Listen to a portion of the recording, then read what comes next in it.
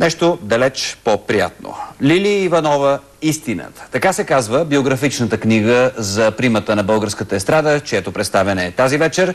В книгата под редакцията на журналиста Мартин Карбовски Лилия Иванова разказва за пътя към успеха, за тежките и най-светли моменти в живота си, както и за лъжите, изричани и писани за нея. От мястото на събитието включваме репортера на Календар София Стойчева. София. Николай, здравей! Точно секунди преди да започне концерта на примата на българската естрада, госпожа Иванова, казвате, че признанието у нас е задача за луди хора. Така ли е наистина и какво ви костваше успеха? Какво ви струваше? Каква е цената на успех? Не мога да кажа каква е цената, защото аз не тегля нещата на кантар.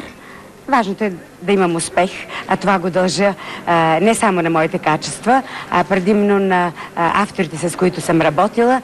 Разбира се, че го дължа и на моята публика, защото тя е тази, която решава аз коя съм и дали им харесвам или не. За мен това е много важно. Какво ви е движало през всичките тези години? Амбицията или желанието да постигнете да бъдете мечтата си? При всички положения не е голата амбиция, която ме е движила, както някои се изразяват. Просто това е живота ми. Успех! Благодаря много. Благодаря много.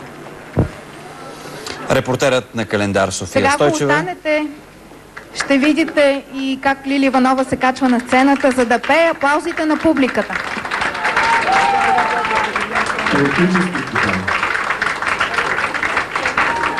Представянето на книгата Лилия Иванова «Истината».